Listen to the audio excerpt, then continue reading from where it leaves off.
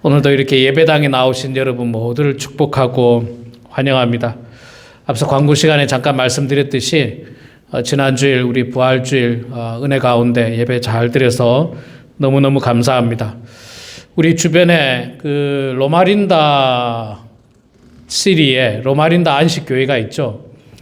로마린다 안식교회가 미국에서 한인 안식교회 중에 제일 큰 교회입니다. 한인 안식교회 중에 미국 전체에서 한인 안식교회 중에 제일 큰 교회가 여기 로마린다 안식교회인데, 그래서 여기 뭐 주변에 그 안식교회를 출석하는 분들도 비교적 있습니다. 유카이파라든지 레드랜드라든지 로마린다 주변에 안식교인들이 많은데, 이 안식교인들을 만나면 그런 이야기 합니다. 아니, 성경에는 안식일을 거룩하게 지키라고 했는데 왜 우리들을 향해서 안식일 날 예배 안 드리고 일요일 날 예배 드리느냐, 그렇게 이야기합니다. 그럼 여러분, 우리 뭐라고 대답을 해야 되지 않습니까? 성경에 안식일이라고 했는데 왜 너희들은 안식일이 아니고 일요일 날 하느냐, 그렇게 질문을 많이 하는데, 그럴 때 여러분 꼭 우리 기독교인들은 대답을 할 수 있어야 됩니다. 우리 개신교 교인들은 대답할 수 있어야 되는데, 그 이유는 뭐냐 하면 우리가 다 알듯이 예수님께서 부활하시고 안식 후 첫날, 그 다음 날이니까 주일날, 썬데이죠. 썬데이에 예수님께서 부활하셨기 때문에 우리는 그 예수님의 부활을 기념하고 기뻐하면서 썬데이, 주일에 예배를 드리는 겁니다. 아시겠죠? 그렇게 대답을 하셔야지, 글쎄 우리는 왜 일요일날 드리는지 모르겠네, 그렇게 하시면 안 되고, 우리는 예수님의 부활을 기념하면서, 그래서 우리가 오늘 지난 주일이 부활주일이었지만 오늘도 우리는 사실은 예수님의 부활을 기념하면서 예배 드리는 거예요. 다음 주일도 우리는 예수님의 부활을 기념하면서 예배 드리는 거예요.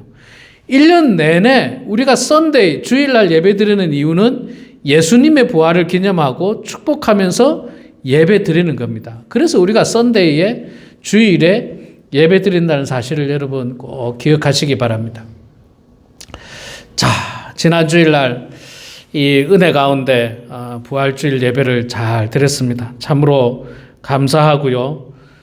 축복된 예배였습니다. 비록 뭐 우리가 연세가 많으신 분들이 많이 계셔서 찬양도 좀 부족한 부분이 있었지만, 그러나 우리의 입술을 열어서 하나님을 직접 찬양한다는 것은 참으로 귀하고 감사한 일입니다. 기독교는 이 안식일에 예배 드리지 않고 부활절을 기념하면서 주일날 예배를 드릴 만큼 부활절이 정말 큰 명절입니다. 큰 명절이에요. 우리 개신교, 우리 기독교에게는 부활절이 정말로 큰 명절입니다. 그래서 정말 성대한 행사들도 많이 하고 굉장히 승리의 날이고 축복의 날이고 정말 즐거운 날이 바로 부활절입니다. 부활절이 기쁘긴 한데 기쁘지 않은 사람이 있어요. 누군지 아십니까? 제자들이에요, 제자들. 제자들이 왜 기쁘지 않으냐? 여러분 한번 생각해 보십시오. 예수님께서 십자가에 못 박히시기 전에 목요일 날 저녁에 제자들이 예수님 앞에 뭐라고 이야기합니까? 예수님이 내가 이제 십자가에 못 박혀 죽고 사흘 만에 부활할 거다 했더니 제자들이 뭐랬냐면, 그럴 수 없습니다, 예수님. 그럴 수 없습니다. 어찌 예수님이 죽을 수 있습니까? 예수님은 절대 죽을 수 없습니다. 그리고 내가 예수님을 지킬 것입니다. 만약에 예수님이 죽는다면 나도 따라 죽겠습니다 하면서 제자들이 호언장담을 했어요. 그럴 수 없다는 거예요. 그럴 수 없다는 거예요. 그리고 예수님 절대로 우리는 배반하지도 않을 겁니다. 예수님께서 그런 소리 하지 마라. 베드로야, 네가 닭 울기 전에 3번 나를 부인할 것이다. 예수님 무슨 말씀이십니까? 내가 그래도 성경에 안 나온 내용이지만 수제자인데 예수님. 그렇지 않습니다. 그런데 여러분, 우리가 알다시피 그 말이 끝나고 12시간도 안 돼서 베드로는 닭 울기 전에 예수님을 3번이나 부인합니다. 모른다. 나 저 사람 모릅니다. 사람들이 와가지고, 야, 너 옛날에 보니까 저 나사렛 예수랑 같이 다닌 것 같았는데 당신 잘못 봤다고. 나 저 사람 모른다라고. 거의 예수님 면전에서 예수님이 저 멀찍이 서서 바라보고 있었거든요. 베드로를 모른다라고 3번 부인합니다. 마지막 세 번째는 저주하면서 모릅니다. 예수님께서 십자가에 못 박히실 때 제자들은 결국 다 도망을 갔습니다. 왜? 같이 있다가 잡히면 자기들도 죽을 수 있을 거라 생각하니까. 자, 그렇게 다 제자들이 떠나가 버렸어요. 떠나갔는데 예수님이 부활하셨다는 거예요. 이 예수님의 부활을 기뻐해야 되는 것은 분명한 사실인데 예수님을 볼 면목이 없는 거예요. 이게. 기뻐해야 되죠. 기뻐해야 돼. 분명히 기뻐해야 될 일입니다. 뭐 시신 처음에는 막달라 마리아 가서 보니까 시신이 없다 그래요. 에이, 어디 네가 잘못 봤겠지. 제자들이 뛰어가서 봅니다. 진짜 시신이 없는 거예요. 아이고, 누가 또 시신마저 훔쳐갔나 보다 하고 돌아왔지만 여인들이 말하기를 예수님께서 부활하셨다는 거예요. 설마 그날 밤에 예수님께서 제자들이 모인 곳에 나타났습니다. 그러면서 내 옆구리를 만져봐라. 내 손을 만져봐라. 진짜 부활하신 예수님이 나타나신 거예요. 제자들은 예수님 가까이 가지도 못할 만큼 부끄러웠습니다. 이게 진짜 부활하셨구나. 의심 많은 도마에게도 나타났습니다. 도마야, 만져봐라. 그 첫 모임에 도마가 없었거든요. 도마야, 만져봐라. 제자들에게 나타나서 예수님이 부활하신 걸 직접 보여주셨습니다. 그런데 예수님이 부활했는데 제자들은 어떻게 했습니까? 부활한 예수님을 보고도 어떻게 했습니까? 자, 1절, 2절 말씀에 보면 그 이야기가 나옵니다. 3절에 나오죠. 1절, 2절, 3절에 보면 그 후에 예수께서 디베랴 호수에 제자들을 만나러 가셨는데 만나러 가기 전에 제자들이 예루살렘에 원래 모여 있었거든요. 마가의 다락방에 모여 있었는데 시몬 베드로가 나는 물고기 잡으러 가노라 하니 그들이 우리도 함께 가겠다 하고, 마가의 다락방은 이미 예수님께서 십자가에 잡히시기 전부터 제자들과 종종 모이던 장소였어요. 그곳에서 마지막 만찬도 하셨고 그곳에서 성령의 역사도 나중에 받게 됩니다. 마가의 다락방이 참 의미가 있는 장소입니다. 그러나 예수님께서 부활하신 후에 그곳에 찾아갔는데, 그리고 제자들도 그곳에서 예수님을 만났지만 제자들은 여전히 마음이 편안하지가 않았습니다. 기쁨이 없었습니다. 그리고 돌아가야 되겠다. 돌아가야 되겠다.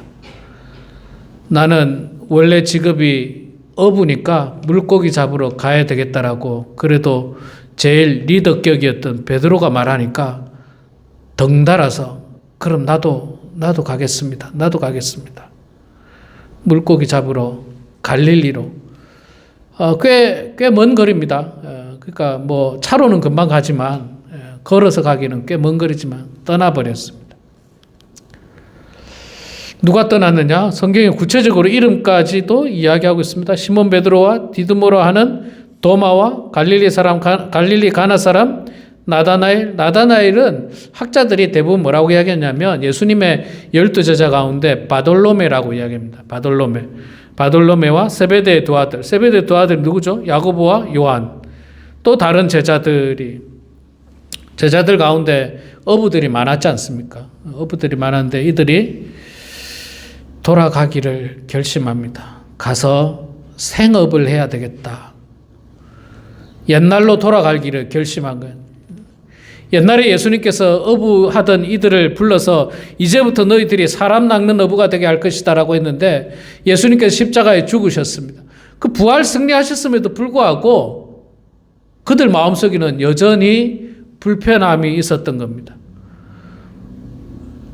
첫째 하나는 죽은 사람이 다시 산다는 것이 그들이 믿기지 않았던 것이고, 두 번째 하나는 그들이 했던 말 때문에 했던 말. 차라리 아무 말도 안 했더라면, 예수님이 십자가에 죽으시겠다 이랬을 때 아무 말도 안 했으면 나중에 볼 면목이라도 있죠. 예수님, 저는 아무 말도 안 했습니다. 떠난다 안 떠난다 말 안 했습니다. 그런데 제자들은 하나같이 그냥 막 큰 소리 쳤거든요. 내가 절대 절대로 예수님 안 떠납니다. 절대로 안 떠납니다. 요즘은 진짜 말 조심해야 되는 시대. 진짜 말 조심. 뭐 옛날부터 마찬가지지만 요즘은 여러분 정치인들이나 이런 사람들이 말 한마디가 다 이렇게 텔레비전 화면으로 다 녹화가 되잖아요. 30년 전에 한 말도 다 있어. 30년 전에 한 말. 아, 옛날에 그렇게 말해놓고 지금 왜 바뀌었습니까? 뭐 이런 말하면 아주 곤란하잖아요. 말 조심해야 돼요. 이 제자들은 예수님을 향해서 예수님의 어떤 그 거룩한 사명에 동참했던 것이 아니라 한 자리를 바라고 있었기 때문에 예수님이 죽으면 안 되는 거예요. 예수님이 왕으로 등극하셔야지. 왕으로 등극할 때 바로 옆에 오른편에 베드로가 앉을 수 있고 뭐 그 옆에 뭐 야고보가 앉을 수 있고 요한이 앉을 수 있고 이렇게 한 자리씩 차지할 수 있는 꿈을 꾸고 있었는데 예수님의 십자가의 죽으심으로 그 꿈들이 다 깨져 버린 거예요. 부활하셨다고는 하는데 이거 뭐 만날 얼굴을 뵐 면목이 안 쓰는 거예요. 면목이. 그냥 아마 예수님께서 왔을 때 어두운 곳에 왔을 때 제자들은 서로 숨기 바빴을지도 모릅니다.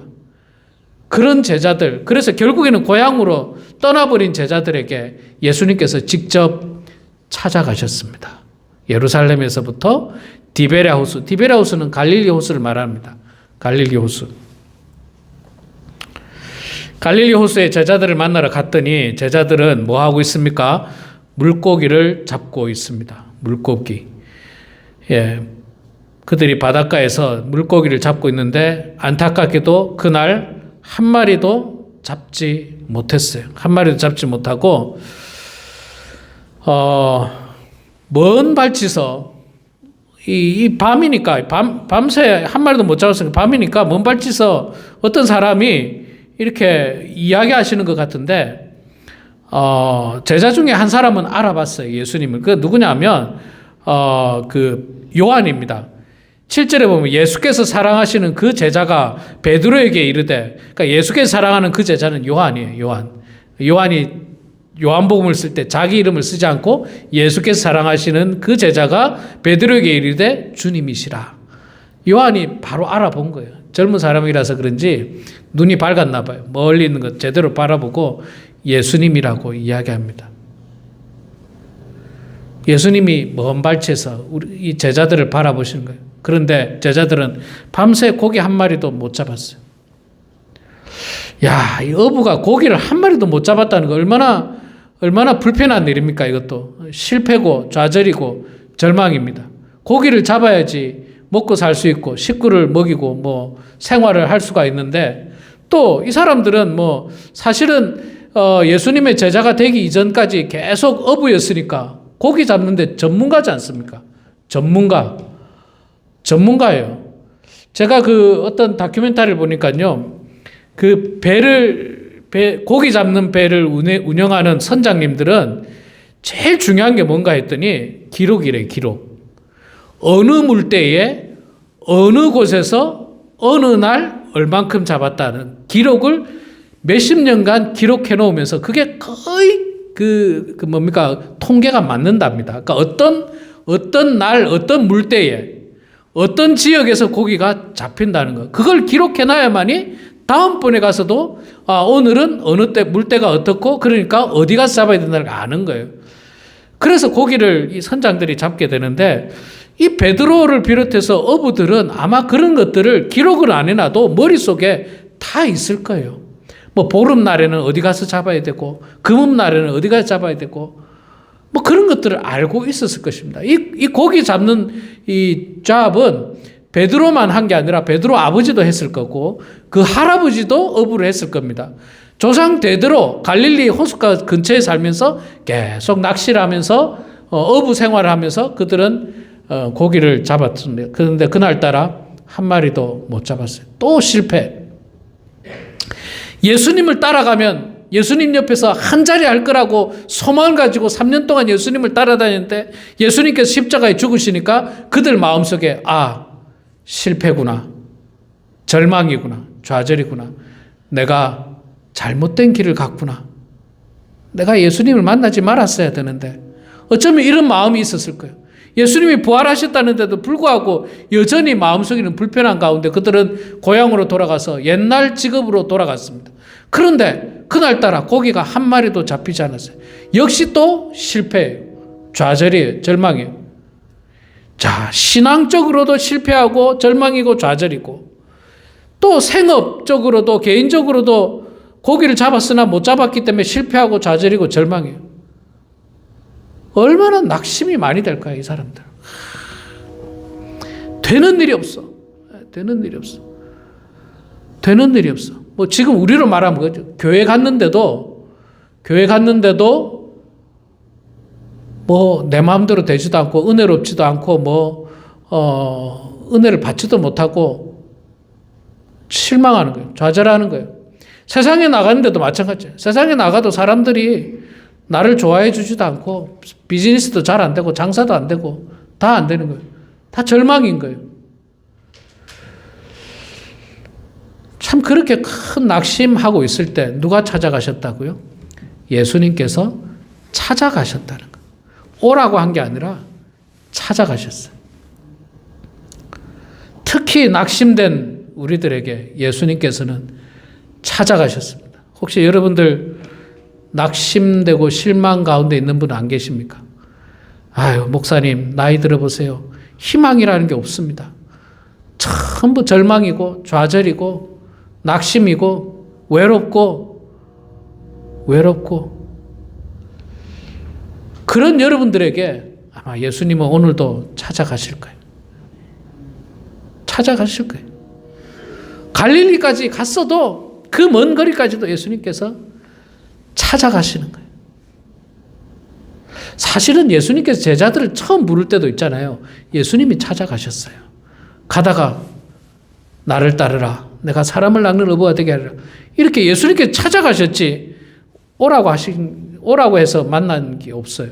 찾아가셨습니다. 자, 찾아가셔서 그 제자들에게 오른편에 그물을 내리라. 이 요한은 예수님인 거 알았기 때문에 이제 순종하자 해서 아마 순종한 것 같아. 이게 배가 얼마나 큰지 모르지만 왼편에 내리나 오른편에 내리나 뭐 그 밑에는 뭐 그게 그건데 사실은 어떻게 보면 그렇잖아요. 이게 여기나 저기나 뭐 그런데도 기가 막히게 오른편에 내렸더니 고기가 많이 잡힌 거예요. 그물이 찢어질 만큼 잡혔는데 몇 마리가 잡혔다고요? 성경에 나오죠? 어디 있습니까? 153마리. 예, 11절에 나오는 153마리. 오늘 제가 그거를 안 가지고 왔네. 여러분, 이 153마리에 대한 그 재미난 그 일이 하나 있는데, 대한민국에 제일 최초로 만든 볼펜 이름이 뭔지 아세요? 모나미의 153 볼펜이에요. 모나미 153 볼펜. 모나미 회사라고 하는 곳에서 나온 이 153 볼펜인데, 이 회장이, 모나미 회장이 일본에 가서 볼펜을 이제 배웠어요. 볼펜을 어떻게 만드는지를 배워가지고 한국에 와서 처음으로 만든 회사가 모나미 153 볼펜인데, 153이라고 하는 이름을 지은 이유가 바로 여기서 딴 거예요. 여기서 153마리의 물고기를 잡았던 그 축복이 또 자기에게도 임하기를 소망하면서 모나미 볼펜을 만들었답니다. 아마 모나미 볼펜 안 써본 사람 없을 거예요. 학창 시절에 아마 전부 다 그걸 썼을 겁니다. 대부분 다. 지금도 모나미 볼펜은 뭐 아주 많이 나오고 있고요. 굉장히 고급화돼서 나오고 그 옛날 모델이 아직도 나옵니다. 1960 몇 년도에 만들었대요. 그러니까 지금 뭐 몇 년, 60년, 70년 다 되는 그런 역사를 가지고 있는 볼펜이 아직도 나오고 있어요. 아직도 똑같이 나오고 있습니다. 그 회장이 이 성경의 이 요한복음 21장 말씀에 153마리의 물고기를 잡은 것을 보고 그렇게 지었다는 거예요. 여러분, 제가 성지순례 가서 갈릴리 호수에 가서 거기서는 이제 베드로 고기라고 이야기합니다. 베드로 고기라고 하는 이야기를 고기라는 걸 이제 갈릴리 호수 가서 먹어봤어요. 가서 이제 먹어봤는데 꽤 커요. 제 손바닥보다 훨씬 크고 한 사람이 한 마리 먹을 수 있을 만큼 꽤 큰 물고기가 많이 잡힌답니다. 그래서 점심을 아마 거기서 제가 먹었던 기억이 나는데 맛있게 잘 먹었습니다. 그것이 153마리면 153명이 먹을 수 있을 만큼 적지 않은 양입니다. 많은 양의 물고기를 잡았어요. 이게 생각해 보세요. 여기 던졌을 때 한 마리도 못 잡았는데 예수님께서 여기 던지라니까 153마리가 잡힌 거예요. 이거는 지형의 차이의 문제가 아니라 예수님의 말씀에 순종하느냐에 대한 문제인 거죠. 예수님 말씀에 순종했더니 이렇게 큰 축복이 임하게 된 거예요. 엄청난 축복이 임하게 된 거예요. 내 고집대로, 내 생각대로, 내 마음대로 할 때는 없어. 빈털털해. 실망과 좌절과 절망밖에 없어요. 그런데 예수님 말씀 실천했더니 예수님께서 엄청난 축복을 주신 거예요. 그런데 안 그래도 볼 면목이 없는 그 예수님에게 또 이렇게 신세를 진 거예요. 또 축복을 받은 거예요. 야, 이 진짜 이제는 고개를 들 수가 없어. 예수님 앞에 고개를 들 수가 없는 그런 제자들의 마음입니다. 그 마음을 예수님께서 하시고 바닷가 옆에다가, 호수 옆에다가 불을 피워놓고, 숯불을 피워놓고 제자들에게 오라고 해요. 조반을 준비하시고, 그리고 생선을 구워서 제자들에게 먹이십니다. 저는 이 성경에서 먹인다라고 하는 내용을 참 좋아하고 감동스럽게 제가 받아들입니다. 왜냐하면 사람이 먹는 것만큼 가장 원초적이면서 가장 필요한 게 없거든요. 먹는 것만큼. 그래서 우리 한국 사람들은 먹는 걸 중요시 하잖아요. 인사도 먹는 인사예요. 식사하셨습니까? 먹는 인사잖아요. 옛날부터. 저는 참 좋은 인사라고 생각해요. 미국에는 그런 인사를 안 하잖아요. 식사를 했느냐 인사는 별로지 않습니까? 그래서 우리는 먹는 문제가 중요하다는 사실을 가난해 봐서 알았던 거예요. 우리나라는. 못 먹어봐서 아는 거예요. 제자들은 물고기를 못 잡았기 때문에 먹을 수가 없을 거예요. 또 그때는 가난한 시절이었고, 또 뭐 막 일을 끝내고 왔는데 누가 준비를 해줍니까? 그런데 예수님께서 따뜻한 불을 피우시고 숯불 위에다가 고기를 구워서 제자들에게 먹이시는 거예요. 엘리야 선지자에게 하나님께서 천사가 숯불에 구운 떡과 고기를 먹였던 그 마음과 같습니다. 엘리야도 마찬가지로 절망과 좌절 가운데 있었지 않습니까? 절망과 좌절 가운데. 아합 왕이 이세벨 여왕이 죽이겠다고 하니까 모든 것들을 버리고 하나님 나 죽여주십시오. 내가 더 이상 못하겠습니다라고 절망 속에 빠져있는 그 선지자에게 하나님은 천사를 보내서 숯불에 구운 떡과 고기를 먹이면서 회복의 은혜를 주시는 겁니다. 회복의 은혜. 여러분, 우리 절망 가운데 있는 사람들에게 제일 좋은 것 중에 하나는요, 먹이시기 바랍니다. 먹이세요. 따뜻한 음식으로, 정성 어린 음식으로. 이 생선과 이 아침을 먹는 제자들이 어땠겠습니까? 마음이 뭐 울컥하지 않았겠습니까? 이걸 맛있게 먹어야 되는데 저 같으면 이 목구멍으로 잘 안 넘어갈 정도로 울컥할 것 같아요. 나 같은 제자를 정말 배은망덕하잖아요. 이 숯불에 조반을 먹이는 게 아니라 예수님께서 회초리를 들고 하나씩 오라고 해야지 정상이에요. 베드로야, 너 뭐라고 말했니? 나 부인하지 않겠다면서 너 나랑 눈이 마주쳤잖니? 그러면서도 나를 부인하니? 회초리를 들고 때리는 것이 어찌 보면 굉장히 정상적이고 인간적인 모습이라고 볼 수 있습니다. 그러나 예수님에게는 그런 모습을 전혀 찾아볼 수 없습니다. 회초리가 아니라 따뜻한 음식으로 제자들을 먹이시는 거예요. 아마 우리 부모님들 중에는 이렇게 자식들에게 해본 분들이 있을지도 모르겠어요.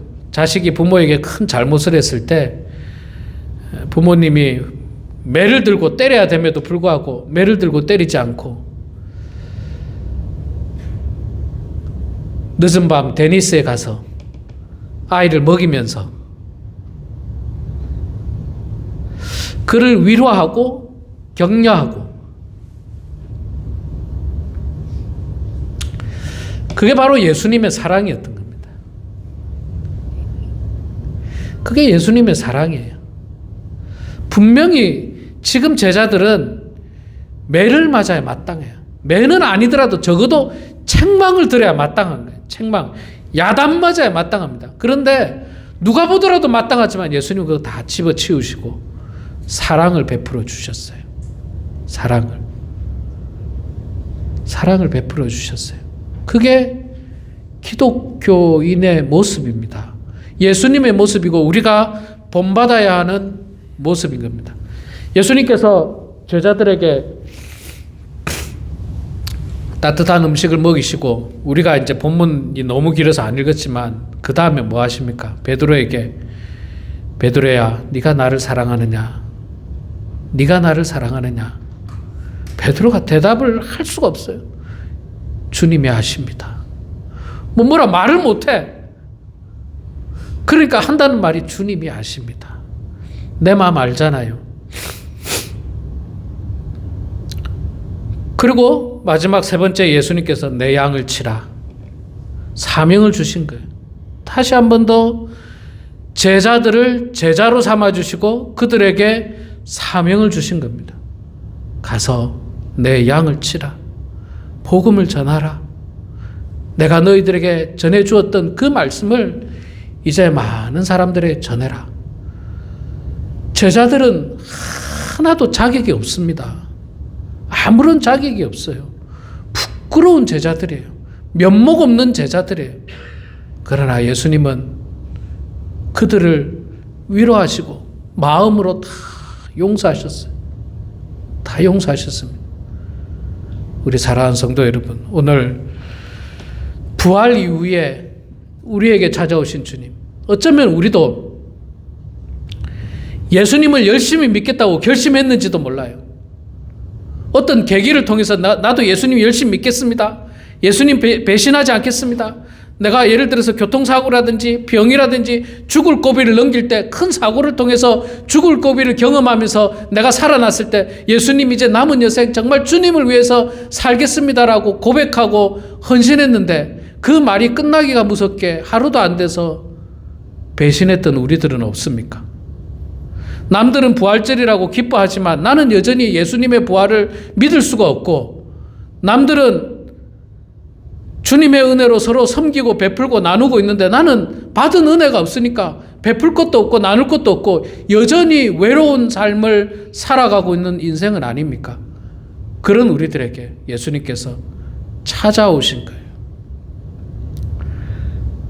나이가 많다는 이유로 말미암아서, 육신이 점점 약해진다는 이유로 말미암아서 마음이 약해지고 여러 가지 두려움 가운데서 떨고 있는 우리들에게 예수님께서는 찾아오십니다. 사랑하는 누구야? 네가 나를 사랑하느냐? 네가 나를 사랑하느냐? 내 양을 치라. 내 양을 먹이라. 그 사명이 우리 마음 가운데 심겨져서 우리의 남은 여생도 주님께서 주신 그 사명을 잘 감당하며 복음을 전하고 주님의 그 놀라운 은혜에 합당한 삶을 살아가는 우리 모두가 되길 주의 이름으로 축원합니다. 기도하겠습니다. 거룩하신 여호와 아버지 하나님, 은혜를 감사합니다. 오늘 요한복음 21장 말씀을 통해서 면목 없었던 제자들의 모습처럼 우리는 제자보다 더 면목 없는 존재임을 주님 앞에 고백합니다. 제자들보다 더 주님을 많이 부인했고 저주했고 또 주님을 업신여겼으며 내 마음 중심의 주인으로 삼지도 않았던 우리의 이중적인 모습 주여 불쌍히 여겨주셔서 낙심과 절망 가운데 있는, 좌절과 절망 가운데 있는 우리에게 찾아와 주셔서 우리를 위로하여 주시고 우리에게 다시 한 번 더 사명을 허락하여 주셔서 하나님의 사람으로 맡겨진 사명을 잘 감당하는 성도들 되게 해 주시고 그 언젠가 우리가 주님 앞에 섰을 때에 잘하였도다. 충성된 종아. 애썼다라고 하는 그 칭찬을 받을 수 있는 우리 모든 성도들 다 되게 하여 주시옵소서. 예수님의 이름으로 기도드리옵나이다. 아멘.